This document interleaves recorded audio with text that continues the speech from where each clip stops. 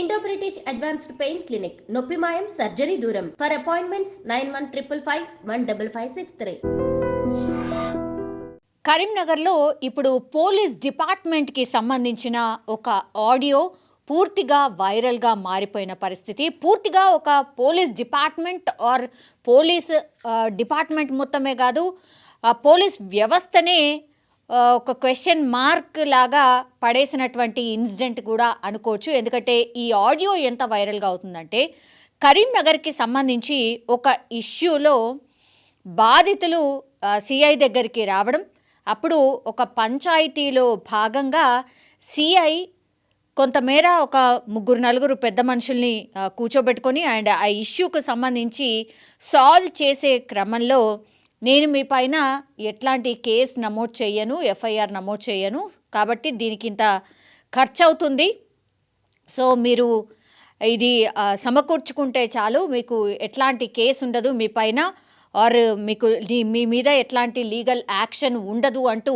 ఒక సిఐ ఒక వ్యక్తితోని మాట్లాడుతున్నటువంటి ఆడియో యాక్చువల్లీ ఒక హల్చల్ అయితే క్రియేట్ చేస్తోంది కరీంనగర్ జిల్లా వ్యాప్తంగా కూడా. ఇది తిరిగి పూర్తిగా ఉన్నతాధికారులకు చేరడం అండ్ ఈ వ్యక్తి ఎవరు, ఈ సిఐ ఎవరు ఏంటి అనేది పూర్తిగా ఇంటర్నల్లీ ఒక ఎంక్వైరీ అయితే సాగుతున్న పరిస్థితి అయితే కనిపిస్తోంది. ఆడియో బెదిరింపుకి సంబంధించిన ఆడియో ఇది. అంటే ఈ విక్టిమ్ ఎవరైతే 3 లక్షలు నేను ఆ పోలీస్ స్టేషన్లోనే 3 లక్షలు సిఐకి ఒక బాత్రూంలో బకెట్లో పెట్టి వెళ్తాను, కాబట్టి ఆ కేసుని ఇంకా నా మీద రాకుండా చెయ్యండి అంటూ ఆడియోలో పూర్తిగా స్పష్టంగా మాట్లాడుతూ ఉన్నారు. కేసుకి సంబంధించి నేను మీకు 3 లక్షలు ఇచ్చాను, మీ వాష్రూమ్లో ఆర్ మీరు బాత్రూమ్ బకెట్లోనే పెట్టాను, అయినా సరే నా మీద ఎట్లా కేసు నమోదవుతుంది అనేటువంటి మాట సిఐని దబాయించి అడుగుతున్న సిచ్యువేషన్ అయితే కనిపిస్తోంది. అప్పుడు సిఐ చాలా కూల్గా, చాలా కామ్గా, మీరు రండి మాట్లాడుకుందాం, మీరు పోలీస్ స్టేషన్కి రండి, నేను చూసుకుంటాను కదా, మీరు ఫస్ట్ అయితే పోలీస్ స్టేషన్కి రండి అంటూ ఆయన సిఐ సదర్ వ్యక్తికి చెప్తున్నటువంటి ఆడియో ఇప్పుడు హల్చల్ అయితే క్రియేట్ చేస్తోంది. సో ఇప్పుడు ఈ బాత్రూమ్ గదిలో 3 లక్షలు పెట్టిన తర్వాత కూడా నా మీద ఎట్లా ఎఫ్ఐఆర్ నమోదు చేస్తారు అని బాధితుడు సిఐని అడుగుతున్న పరిస్థితుల్లో ఈ ఆడియో బయటికి రావడంతో, అంటే ఇప్పుడు పోలీస్ డిపార్ట్మెంట్లో ఎలాంటి కేసు అయినా సరే పైసలు ఇస్తే మరి పూర్తిగా మాఫీ అయిపోతుందా? సో ఆమ్యామ్యాలకు పూర్తిగా అలవాటు పడిపోయారు పోలీస్ ఆఫీసర్స్ అని చెప్పడానికి ఇదొక ఉదాహరణ అనే చర్చ పెద్ద ఎత్తున నడుస్తోంది. పోలీస్ డిపార్ట్మెంట్కి సంబంధించి గతంలో కూడా మనం చాలా టైమ్స్ చూసాం, ఒక కేసు నమోదైతే పూర్తిగా ఒక పంచాయతీ పెట్టో లేకపోతే సదరు వ్యక్తి మధ్యలో ఏదైతే ఇష్యూ ఉంటుందో దాన్ని సాల్వ్ చేయడానికి వాళ్ళు ఎంతో కొంత తీసేసుకొని ఆ కేసుని కాకుండా చేస్తారు, లేదంటే డబ్బులు ఎవరైతే ఇస్తారో వాళ్ళ తరఫునే ఇంకా కేసుని పూర్తిగా వాళ్ళకు అనుకూలంగా మార్చేస్తారు. ఇట్లాంటి చాలా టైమ్స్ మనం విన్నాం, చాలా ఆరోపణలు కూడా విన్నాం. ఇప్పుడు ఏకంగా ఇట్లాంటి ఇష్యూనే ఒక సిఐ డీల్ చేస్తున్న పరిస్థితుల్లో ఈ ఆడియోనైతే బాధితుడు ఎవరైతే ఉన్నారో పైసలు ఇచ్చి కూడా మరి నాకు ఈ ఎఫ్ఐఆర్లో నా పేరు ఎట్లా వచ్చింది అని బాధితుడు సిఐని అడగడం, సిఐ ఎక్కడ కూడా చెప్పట్లేదు నేను అట్లా కాదు ఇట్లా కాదు అని సంధాయించే ప్రయత్నం చేస్తున్నాడు, లేదంటే ఆ బాధితుడిని, ఆ వ్యక్తిని ఎవరైతే ఉన్నారో కేసులో ఇన్వాల్వ్ అయిన వ్యక్తిని, అతన్ని మీరు రండి నేను మాట్లాడతాను కదా, చూద్దాం కదా అని మాట్లాడుతున్నారు. అంటే సిఐ డబ్బులు తీసుకున్నట్టు ఒప్పుకుంటున్నారా ఏంటి అనేది ఇప్పుడు పెద్ద ఎత్తున చర్చ అయితే నడుస్తోంది. దీనికి సంబంధించి ఒక సాక్షిగా ఉన్నటువంటి వ్యక్తి కూడా ఇప్పుడు మీడియా ముందుకొచ్చి మాట్లాడుతున్న పరిస్థితి. ఈ కేసులో ఆర్ ఈ ఇష్యూని పూర్తిగా సామాజికవేత్తగా ఉన్నటువంటి ఒక వ్యక్తి దగ్గరగా ఉండి చూశాను అని సొంతంగా ఆయన ఒక వీడియోనే బయటకు రిలీజ్ చేసిన పరిస్థితి కనిపిస్తోంది. ఇప్పుడు కరీంనగర్ వ్యాప్తంగా సంచలనం అయితే క్రియేట్ చేస్తోంది. ఒక్కసారి మీరు కూడా చూడండి. హలో సార్, నేను బయట ఉన్నాను. Listen to me. గేట్ దగ్గర ఉన్నారండి. వినండి ముందుగా ఏమైందో చెప్పండి. చెప్తున్నాను. ఆ రోజు మీ బాత్రూమ్ లో తీసుకొచ్చి 3 లక్షలు పెట్టే చూసిరా? 3 లక్షలు ఎవరు? వినండి. హలో, ఎవరు పెట్టారండి? ఆ వీడియో రికార్డింగ్ మీ సీసీ ఫుటేజ్ కనీసం అది మీది ఆ మాత్రం క్యాచ్ చేసుకోకుండా ఏమైందండి? మినిమం నేను 3 లక్షల రూపాయలు లోపల దాని లోపల మీ దగ్గరనే సీసీ ఫుటేజ్ ఉన్నది కదా, దాన్ని మీరు దృష్టిలో పెట్టుకోకుండా ఏమనుకుంటున్నావు? ఏమైంది ఇప్పుడు ఏం మాట్లాడుతున్నావు? ఎందుకు మాట్లాడుతున్నావు? ఇప్పుడు ఈ ఫుటేజ్ నేను ఎవరికి పంపించాలి? ఎవరి ఫుటేజ్ ఎవరికి పంపిస్తావు? నేను మీకు 3 లక్షల రూపాయలు అంశము వినండి. ఇప్పుడు మీరే డిస్ప్లే చేయాలా? ఒకసారి అండి, ఒకసారి ఎందుకు అది కాదు సార్, వేరే ఇప్పుడు ఏం మాట్లాడుతున్నావు? ఏమైంది? ఇవన్నీ పిట్ల కథలు వద్దు కానీ గౌరవనీయ సబ్ ఇన్స్పెక్టర్ పోలీస్, మీరు ఆ రోజు తీసుకున్నటువంటి అసలు మీరు అన్ని చూసారు కానీ నా మీద పెన్ను పెట్టుకున్నా అది అంతా క్యాప్చర్ చేస్తాందని కనీసం జ్ఞానం లేకుండా 3 లక్షల రూపాయలు లంచం తీసుకుంటారు. ఎట్లా 3 లక్షలు తీసుకున్నాను? బాజాప్తా ఒకసారి నువ్వు చూపెట్టాడు కాదు. ఇప్పుడు నేను మీడియాకి రిలీజ్ చేస్తున్నా. నేను మీ బాత్రూమ్ ఏమైందో చెప్పరండి. ఇవన్నీ కాదు రవిభాయ్, ఇవన్నీ కాదు. ఇప్పుడు ఏంటిది? ఇప్పుడు మీరు మాట్లాడేది ఏంటి చెప్పండి ఒకసారి. మరి రవిభాయ్ నువ్వు నన్ను ఏమో హెచ్చరించుతావు. నేను రవిభాయ్ నువ్వు అసలు మిస్టేక్ చేసింది ఎక్కడ తెలుసా? నేను యాకూబ్కి ఇస్తా అన్న తర్వాత నువ్వు మిస్టేక్ చేసి నన్ను నమ్మినవు. నువ్వు నన్ను నమ్మడమే నువ్వు చేసిన మిస్టేక్ రవిభాయ్. నా మాట విను. సరే ఇప్పుడు నేను పోలీస్ స్టేషన్ కాడ ఉన్నా, నువ్వు వస్తాను అన్నావు. ఇప్పుడు నేను పోలీస్ స్టేషన్ వరకు కూడా రావట్లేదు. నేను ఇప్పుడు దీన్ని మీడియా లోపల హైలైట్ చేస్తున్నా. ఎందుకంటే బాత్రూమ్ లోపలికి పోయి నేను కవర్ బకెట్లో ఎట్లా పెట్టినాను, ఆ ఫుటేజ్ ఆ టైం కూడా రాసుకున్నాను. అవన్నీ ఈజ్ అ రైట్ థింక్. ఇప్పుడు నేను దీన్ని డిస్ప్లే చేయదలుచుకున్నా. ఓకేనా? ఇప్పుడు నువ్వు బాత్రూమ్ లో పెట్టేసి తీసుకున్నా అని చెప్పేసి అంటే ఇప్పుడు నువ్వు కావాలని చెప్పేసి అని కూడా పెట్టచ్చు కదా. ఇప్పుడు నీకు కావాలంటే చాంబర్ లోపల అన్నోన్ పర్సన్ ఎట్లా నువ్వు టాయిలెట్ పోస్తావు అని చెప్పేసి అంటే పోతావు అని చెప్పేసి అది కాదండి. ఇప్పుడు మీరు దేనికోసం మాట్లాడుతున్నారు అండి? దేని గురించి అంటే రవిభాయ్ నా దగ్గర ఎవరు లేరు. ఏందో చెప్పండి. ఇప్పుడు చెప్పండి అనకు ఇవన్నీ అదు అని పిట్ట కథలు. అదే సాబీర్ భాయ్, నీకు ఏం కావాలి? ఇప్పుడు నువ్వు ఏం మాట్లాడదలుచుకున్నావు? సరే ఒక కృష్ణారావు గారిని తీసేసినావు. ఆ టైం కృష్ణారావు గారు వచ్చి మాట్లాడిపిస్తున్నారు. మీకు లంచం ఇచ్చిన బాత్రూమ్ లో పెట్టినా, దాని తర్వాత కూడా ఎట్లా తయారు చేసారు మీరు అట్రాసిటీ. సరే మీరు ఏవచ్చు అది గౌరవ ఇప్పుడు సార్కి చెప్పండి, దాన్ని తెలిసేసుకొని. ఇప్పుడు మీరు కావాలని చెప్పేసి ఇప్పుడు వాళ్ళు ఇచ్చింది కాబట్టి చేసింది అని చెప్పేసి అని చేస్తే ఇప్పుడు విత్ వీడియో చూపించుతా. నేను విత్ వీడియో మీరు ఒకసారి నేను స్టేషన్కి ఎందుకు రావాలి? నేను దాన్ని డిస్ప్లే చేస్తా కదా. మీరు హలో చెప్పండి ఒకసారి. ఇప్పుడు నువ్వు డిస్ప్లే చేస్తావా అని చెప్పేసి నువ్వు దేనికోసం వచ్చినావా, నువ్వు ఎక్కడికి వచ్చినావా, నువ్వు దానికి దేనికోసం పోయినావా అని చెప్పేసి అది కాదు కదా ముచ్చట. ఇప్పుడు నువ్వు ఎందుకోసం కేసు చేసినావు అని చెప్పేసి కేసు పిటిషన్ ఇస్తే కేసు చేస్తావు. నువ్వు ఇచ్చిన పిటిషన్ కేసు చేస్తావు. కేసు చేసిన తర్వాత నువ్వు బాత్రూమ్ వచ్చేసిన బాత్రూమ్ పోదాం అని చెప్పేసి దాన్ని పెట్టుకొని నువ్వు థర్డ్ పర్సన్ కు ఉచ్చబోసే అంత అధికారం ఉన్నదా?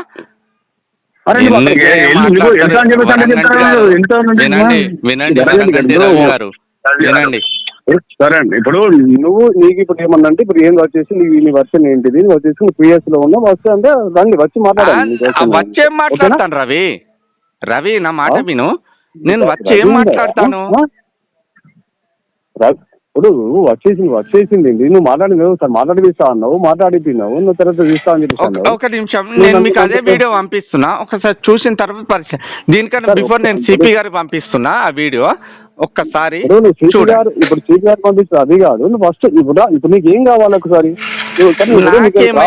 మీరు జస్టిస్ చేయండి అన్యత భావించకుండా. 100% జస్టిస్ చేయడానికి ఉన్నాం మేము. నమ్మడమే మోసం చేసినామంటే ఎట్లా భయ్? ఇప్పుడు నువ్వు నమ్మడమే మోసం చేసినావు అంటే నమ్మినోని ఇప్పుడు నీ మాట నమ్మడమే మోసం చేసినామా?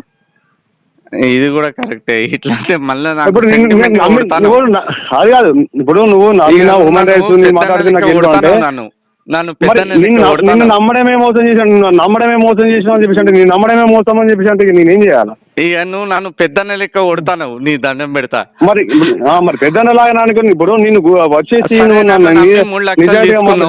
నన్ను నమ్మిన ఓకే ఓకే నువ్వు నిజాయితీగా నువ్వు నాకు వచ్చి హెల్ప్ చేసుకున్నావు, నువ్వు హెల్ప్ తీసేసుకున్న తర్వాత నన్ను నువ్వు ఫోన్ చేసుకుని మళ్ళీ మీరు ఇట్లా అమ్మతోడు వరంగంటి రవి గారు, ఐ విల్ ప్రామిస్ యూ. ఇప్పుడు నువ్వు ఒకసారి నేను ఇక్కడ ఉన్నా నీకోసం వచ్చి ఇప్పుడు రమణ వచ్చినా అని చెప్పి ఇటు ఉన్నాను. ఇప్పుడు నీకు ఏం అన్యాయం జరిగింది? నువ్వు ఎందుకు ఇట్లా మాట్లాడుతున్నావు? దాని తర్వాత ఎట్లా ఎఫ్ఐఆర్ చేస్తారండి మీరు? మీరు ఇప్పుడు ఎఫ్ఐఆర్ అనేది ఎవరు ఇచ్చారు, ఎవరు చేశారు అని చెప్పేసి నీకు చెప్తాను. నేను ఇక్కడ ఉన్నాను, మీరు వస్తే దాన్ని నేను మాట్లాడతాను మీతో. అబ్బో ఆడికి వచ్చినాక గుద్దబో కిరేదంగా నీకా మీ గుద్దబొక్క మీ ఎందుకు ఎరుకొడతామండి? ఇవన్నీ పెట్టుకొని మిమ్మల్ని కొట్టడానికి ఉండదు. మీరు ఇప్పుడు దేనికోసం వచ్చి మాట్లాడారు, ఏం మాట్లాడుతున్నారు? దానికోసం ఆ రోజు తెచ్చుకుని ఏం మాట్లాడారు? నన్ను నమ్మడానికి కాదండి. ఇప్పుడు నిన్ను నమ్మడమే మోసం చేసిన అని చెప్పేసి అంటే ఇప్పుడు నువ్వు మాట్లాడిన మోసం చేసినట్టు కాదా? నేను 3 లక్షలు అని చెప్పేసి అంటారు. మళ్ళా ఇప్పుడు 3 లక్షలు తీసుకుని ఎఫ్ఐఆర్ చెప్పేసి ఎట్లా మాట్లాడతారు? ఇప్పుడు నీకు 3 లక్షలు తీసుకుంటాం 3 లక్షలు ఎట్లేమంటారు? మళ్ళా ఇప్పుడు ఆ రోజు నువ్వే మాట్లాడావు, నేనే మాట్లాడాము. ఆ విషయం ఇప్పుడు నేను డిస్ప్లే చేయకపోతే భయం నేను సాబిరిగానే కాదు. ఇప్పుడు అదే విషయంలో మీకు మాట్లాడతానండి. ఇప్పుడు మీకు ఏది కండిషన్ లో మాట్లాడారు, నీకు ఏం కేసు చేశారు మాట్లాడతాను. ఒక విషయం అన్న, సరే మీరు సరే పోలీస్ స్టేషన్కి వస్తే కొడతారని చెప్పేసి అంటున్నాగా, నువ్వు ఇక్కడికి బయటకు రా, ఇక్కడ బయటనే మాట్లాడతా. బయట కాదు కానీ నేను ఒక పని చేస్తా చెప్పండి అన్న, చెప్పండి. ఇంకోసారి నా ఫోన్ నీకు రాదు, చెప్పండి. నీ ఫోన్ నాకు రాదు. ఈ ఇంకోసారి ఇలాంటి డిస్టర్బెంట్ అనేది రాదు. ఓకే, వాస్తవం ఏందని నీ మనస్సాక్షికరక నా మనస్సాక్షికరక ఏ ఫాల్తలు అంజోడుకులాలి అటు పోరి. ఇప్పుడు ఫోన్ లో మాట్లాడు కాదు, నేను ఒకటే హామీస్తున్నా అండి. నేను చెప్పండి రిటర్న్ లో ఒక లెటర్ రాసి మీకు ఒక వ్యక్తి ద్వారా పంపిస్తున్నా. మీరు దానికి సంబంధించి మొన్న అట్రాసిటీ కృష్ణారావు పైన అయింది, అది యాజ్ అండర్ ద ఏసీపీ, దానికి మీరేం చేయలేరయ్యా, నిజమా కాదా? మధు మీద కూడా తమరు ఎఫ్ఐఆర్ చేశారు అండర్ ద ప్రొసీజర్, అది దాని గురించి నేను మాట్లాడాను. ఇప్పుడు నేను మాట్లాడేది ఒకే ఒక అంశం, ఓకేనా? ఒకే ఒక అంశం. అసలు మీకు నాకు ఎలాంటి నేను మీకు 3 లక్షలు ఇవ్వలేదు. 3 లక్షలు ప్రతిసారి 3 లక్షలు మాట్లాడు కాదు. నేను చూపించకపోతే భయించదు, నేను సాబిర్గానే కాదు. వాట్ ఐ వుడ్ సే ఇప్పుడు నువ్వు కరీంనగర్ నుంచి వచ్చేసి నేను వీళ్ళతో మాట్లాడుతున్నావు అడ్వకేట్ అని చెప్పేసి నువ్వు వస్తే మాట్లాడిపించడం జరిగింది. నిన్ను నమ్మినాను, నన్ను నమ్మడమే మోసం చేసినావు, నన్ను నమ్మడమే మోసం చేసినావు. ఇప్పుడు ఒక మాట చెప్పాలా సాబిర్ గారు, నా మాట వినండి. ఒక వైట్ షీట్ మీద నేను సంతకం పెట్టి మీకు దగ్గరికి పంపిస్తాను ఒక వ్యక్తి ద్వారా. ఒక వైట్ షీట్ మీద సంతకం పెట్టి మీ దగ్గర పంపిస్తానా? ఇవన్నీ గల్లంత, ఇవన్నీ బోకర్ మాటలు. ఏది లేదు, ఏది నిజంగా ఏది నిజం కాదు, ఇవన్నీ బోకర్ మాటలు. ఇంకోసారి సాబిరాడు ఇలాంటి విషయం లోపల ఇన్వాల్వ్ కాడు. ఇప్పుడు నీ గురించి నువ్వు ఇలా చేస్తున్నావు అలా చేస్తున్నావు అని చెప్పేసి ఎవరన్నా కూడా నేను సరే సాబిర్ అలాంటివి సరే నేను అక్కడ నుంచి మాట్లాడేది హ్యూమన్ రైట్స్ జెన్యున్ గా ఉండడం చెప్పేసి నేను మాట్లాడాను. నేను నమ్మడమే తప్పు అని చెప్పేసి అన్న లెవెల్ నువ్వు క్రియేట్ చేస్తున్నావు. అది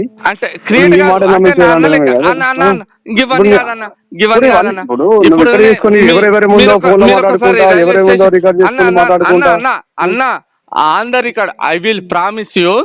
నేను ఎట్లా అంటే ప్రమాణ పూర్తిగా మీరు కూడా వీడియో చూస్తారు. మీరు సివిల్ డ్రెస్ లోపల రైల్వే స్టేషన్ ముందుకు రండి. రైల్వే స్టేషన్ ఇక్కడే ఉన్నా, నేను ఇక్కడ civil dress railway station right. ఒకవేళ సాబిర్ ఇలాంటి ఏవి లేవురా, నువ్వు వైట్ షీట్ మీద సంతకం పెట్టించి ఎవరినైనా నీ శిష్యులను పంపి ఈ సమస్య ఇంకోసారి నా నేను వచ్చాను, నోటీస్కు వాడికి రావద్దురా సాబిర్ అని చెప్పి మీరు నీ అనండి. ఎక్కడ నీ రైల్వేస్ ఎక్కడ ఉన్నదా? అత్తాను నుండు. ముందుగా నేను షేక్ సాబిర్ అలీ, సామాజిక కార్యకర్తగా జమ్మికుంట ప్రాంతంలో సుపరిచితుడను. గౌరవప్రదమైన మీడియా మిత్రుల ద్వారా ఎన్నో సమస్యలపై వారి సహకారంతో పోరాడినటువంటి నేపథ్యం ఉంది నాకు.